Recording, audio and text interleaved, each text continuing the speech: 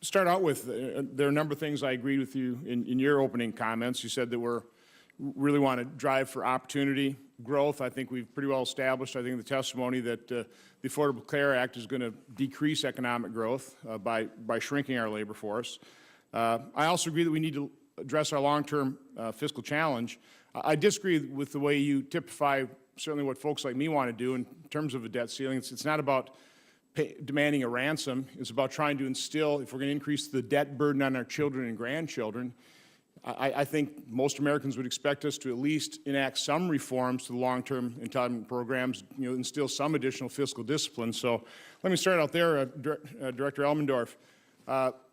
If we stop deficit spending today, and I realize that's kind of a long shot, if we stopped deficit spending today, other than maybe some short-term cash flow problems, there would be no reason whatsoever to increase the debt ceiling, correct?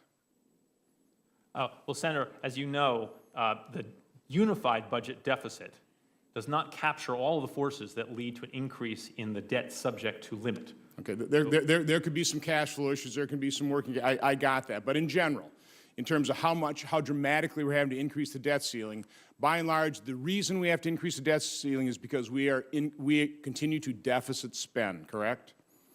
Yes, that's right, Senator. Okay, I've got a chart up here because I think as a problem solver myself, the first step in solving a problem is you have to admit you have one.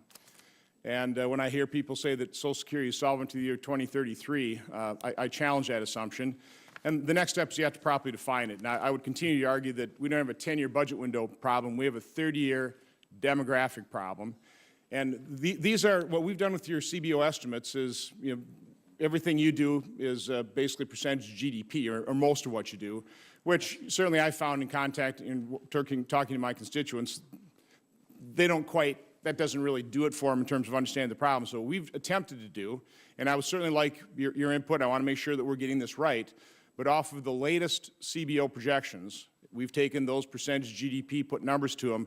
This is what we come up with over the next 30 years. In other words, a deficit spending of $8 trillion in the first decade, $31 trillion in the second decade, $88 trillion in the third decade, for a whopping total of $127 trillion. And I want to first focus on Social Security because I appreciated during our December Budget Conference Committee hearing, when I was just kind of going through the practicality or the reality of the fact that, yes, the Social Security Trust Fund holds right now $2.7 trillion of government bonds, but the Treasury has that offsetting liability, which nets to zero.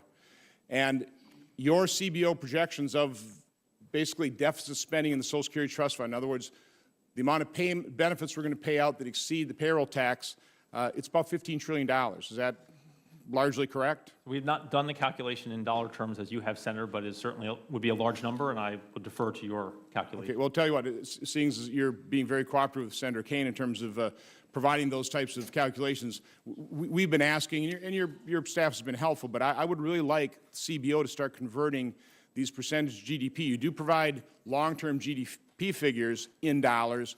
I think if we convert all the rest of your alternate scenarios and baselines in dollars, that'd be extremely helpful. So as you know, Senator, we focus on shares of GDP because we think that nominal dollars have less and less meaning as one goes further and further out. We project that GDP over the coming decade will be more than $200 trillion in aggregate. So I think we find that these sorts of numbers, without the context of the size of the economy around them, have the potential to be but it's all relative. So you publish the dollar amount of the size of the economy. So in 30 years, the size of the economy, according to your numbers, would be $64.8 trillion.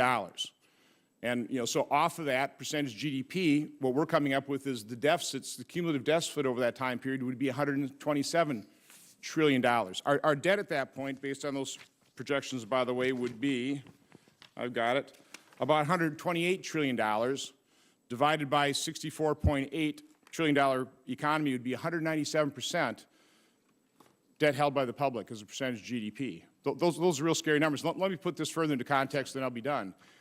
To put that number into context, because I realize trillions of dollars are just incomprehensible, currently the net private asset base of America, all assets held by businesses large and small and households, is about $96 trillion. So in the next 30 years, which, by the way, my little baby is now 30 years old, and that went by like that. So the relevant time frame, the baby boom generation retiring, all these benefits we promised, and we have not made adequate provisions to pay for it. That long-term fiscal challenge that Madam Chair talked about us addressing. The only way we're going to address that is if we admit we've got the problem, we start properly defining it, and put it in the terms that American people understand. Percentage GDP is not a term or a way of presenting this the American people understand. I think they'll start getting that. And if we start talking in these terms about the real danger facing this nation, we just might have an opportunity to, in a bipartisan fashion, get everything on the table and start working toward real solutions so we stop mortgaging our children's future. Thank you.